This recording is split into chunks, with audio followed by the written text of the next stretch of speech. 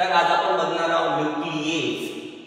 Nuclease हा एक प्रकारचा एन्झाईम आहे की जो एन्झाईम आपण बायोटेक्नॉलॉजीमध्ये उपयोगात आणतो। तर एन्झाईमचं काम असते वेगवेगळे फंक्शन करणं, वेगवेगळे ऍक्टिव्हिटी करणं। तर हा न्यूक्लियेज एन्झाईम आपण डीएनए ला कट करण्यासाठी वापरतो, म्हणून याला आपण न्यूक्लियेजेस असं म्हणतो।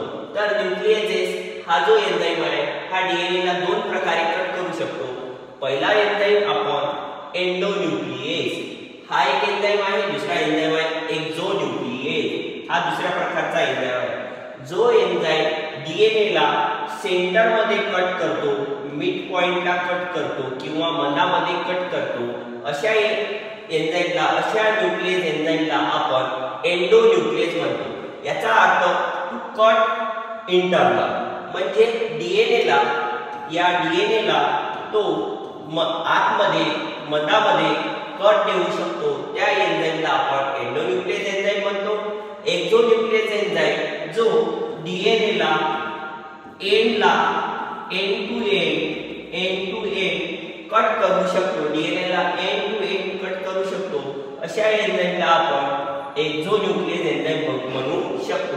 तर आज आपण दोन प्रकारचे न्यूक्लियेज एन्झाईम बघितले, एक बघितला एंडोन्यूक्लियेज, दुसरा बघितला एक्झोन्यूक्लियेज। यालाच आपण रेस्ट्रिक्शन न्यूक्लियेज एन्झाईम म्हणतो, रेस्ट्रिक्शन न्यूक्लियेज एन्झाईम म्हणू शकतो।